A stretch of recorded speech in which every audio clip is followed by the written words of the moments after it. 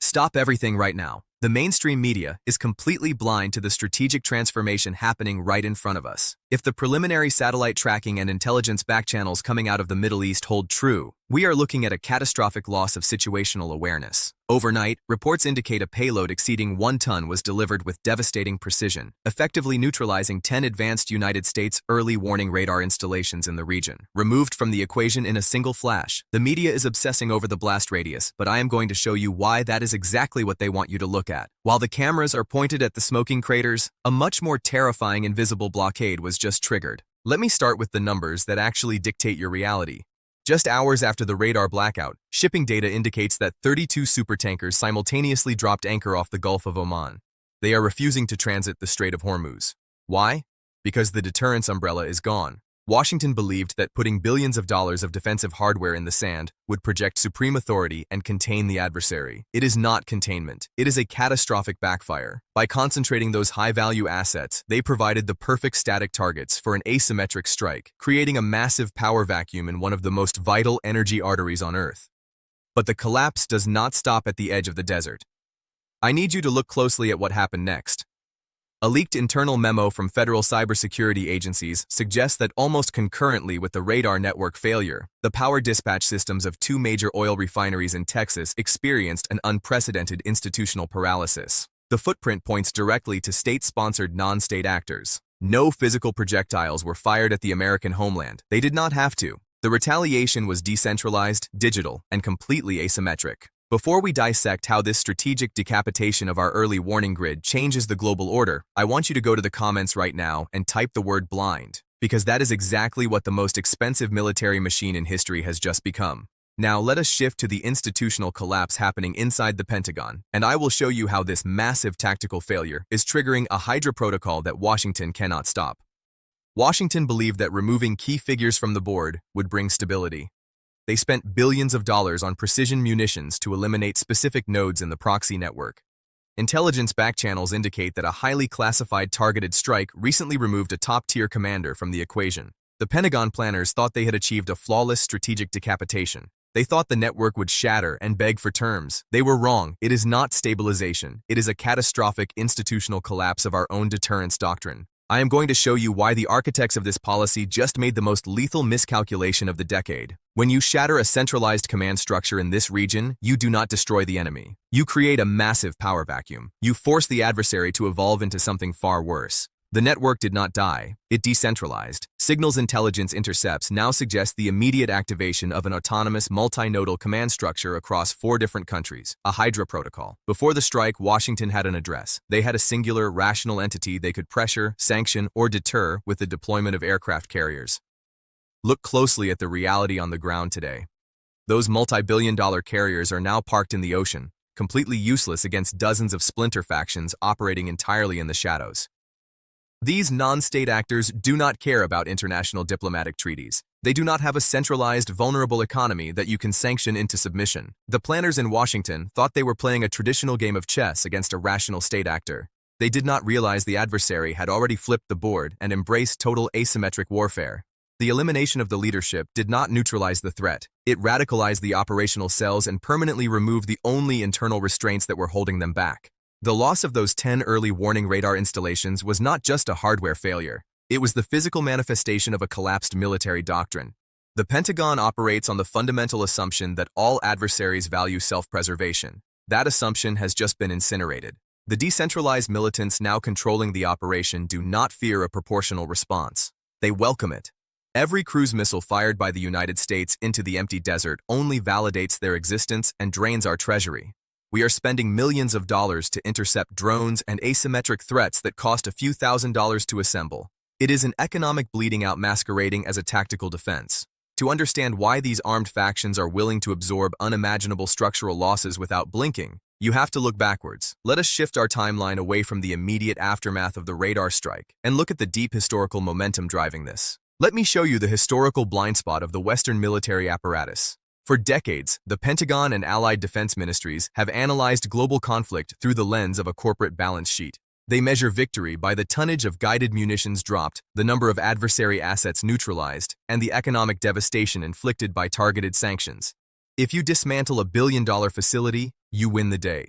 That is the established doctrine. But when you apply that exact same financial logic to a deeply ideological, decentralized network of non-state actors, it is not a viable strategy. It is a fundamental miscalculation. Look closely at the historical inertia of this region. The armed factions operating in the shadows today do not measure success in fiscal quarters or electoral cycles. They measure it in generational survival and ideological endurance. When a United States carrier strike group launches a multi-million-dollar barrage to remove a localized threat, the generals in Washington mark it as a tactical victory. But on the ground, that very same strike is instantly weaponized as ideological currency. It is a catastrophic backfire. The overwhelming application of Western firepower does not shatter their operational resolve. It validates their entire existence. It proves to their network that they are standing against the ultimate systemic power, transforming a localized proxy into an untouchable symbol of regional defiance. This is the exact same asymmetric trap that exhausted global empires throughout the 20th century. You cannot bomb a decentralized ideology into submission when the act of being targeted is the very mechanism they use to recruit, expand, and solidify their institutional legitimacy. The strategic planners thought the decapitation strike and the subsequent economic pressure would create a fractured, paralyzed opposition. Instead, it forged an uncompromising, autonomous network that thrives inside the chaos. They have weaponized the very concept of attrition. They know they cannot sink a fleet of advanced destroyers in a conventional naval battle. But they also know they absolutely do not need to. They just need to keep launching low-cost, asymmetric hardware until the United States Treasury is exhausted trying to intercept it. I am going to ask you a question that no one in the mainstream financial press has the courage to ask right now. If overwhelming military force cannot break a decentralized network, and severe economic sanctions only force an adversary to build an impenetrable shadow economy, then who is actually trapped in a war of attrition? Who is really hemorrhaging capital? The answer to that question is hiding in plain sight. Let us shift our focus from the historical battlefields of the Middle East directly to the global macroeconomic chessboard, where the true cost of this failure is being calculated right now. The answer to who is truly hemorrhaging capital is flashing in bright red across every energy trading terminal in the world today. While Washington is burning millions of dollars intercepting low-tech asymmetric drones, the adversary just executed a masterclass in economic warfare. Remember those 32 supertankers anchored off the Gulf of Oman? Energy market data confirms they are paralyzed because of a 4-minute event. Intelligence backchannels indicate that mobile coastal defense batteries briefly activated a target lock sweep across the Strait of Hormuz for exactly 4 minutes before going entirely dark. 4 minutes. That is all it took. No munitions were expended, but the psychological and financial paralysis was absolute. I need you to grasp the sheer scale of this catastrophic backfire. The United States Fifth Fleet, boasting tens of billions of dollars in advanced naval warfare architecture, is currently sitting in those waters as a paralyzed spectator. They are technologically superior but strategically impotent. They cannot secure the maritime corridor because they cannot declare war on a decentralized phantom network without triggering a regional conflagration. The doctrine of freedom of navigation has collapsed, and as a direct result, the war risk insurance premiums for any vessel attempting to transit that choke point have skyrocketed to mathematically impossible levels. The adversary does not need to physically sink a ship to close the strait. They only need to shatter the actuarial models in London and Wall Street. And while the American consumer is about to absorb this catastrophic supply chain shock through exploding inflation and plummeting markets, look closely at the power vacuum being filled in the background. Who benefits when the Western alliance is bogged down in an unwinnable war of attrition in the Middle East? Beijing and Moscow are watching this institutional collapse with absolute clarity. While the United States exhausts its strategic reserves and political capital, the geopolitical pivot is already happening. Russia and China are actively restructuring the Eurasian energy trade, absorbing discounted shadow fleet oil and silently transitioning away from the dollar-dominated financial system. We are essentially funding our own displacement. The wealth of the Western middle class is evaporating, being transferred directly into the hands of the very superpowers we claim to be containing. This is not a temporary disruption. It is a permanent realignment. Now, I am going to project this exact trajectory forward, and I will show you the 3 grim horizons that are inevitably coming our way. I am going to outline the 3 grim horizons that are no longer hypothetical. They are imminent.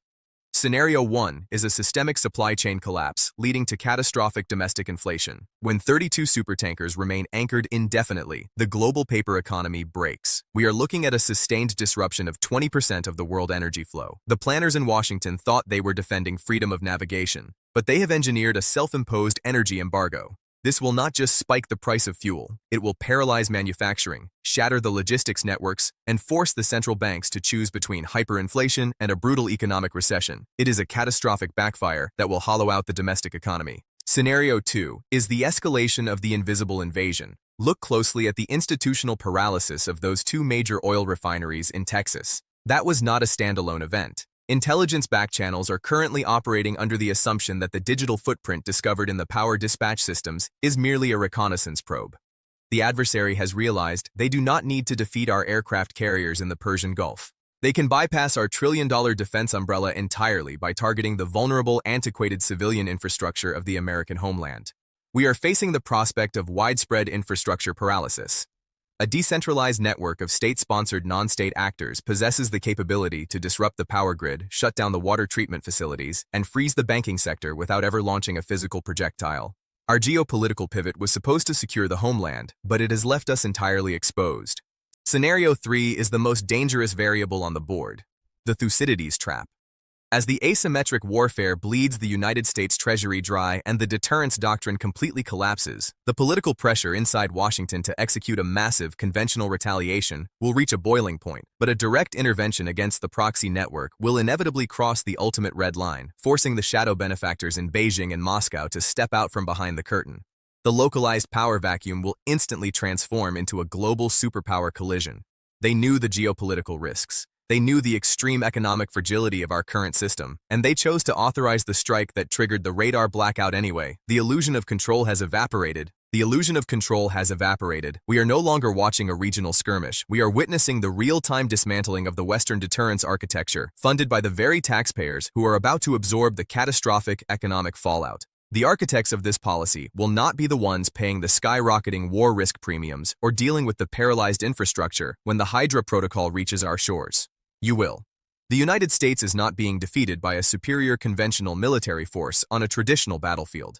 It is being methodically bled dry on an economic spreadsheet by a decentralized network that understands the mathematics of attrition far better than the planners in the Pentagon. If you want to survive the macroeconomic shockwaves of this geopolitical pivot, you cannot rely on the mainstream financial press. They will keep showing you the smoking craters in the desert while your purchasing power is quietly removed from the equation. I need you to subscribe to this channel right now and turn on the notifications. We are monitoring the satellite tracking data, the intelligence backchannels, and the energy market fluctuations 24 hours a day. Go to the comments and type the word collapse if you understand exactly what is at stake here. The board has been flipped. I will see you in the next intelligence briefing.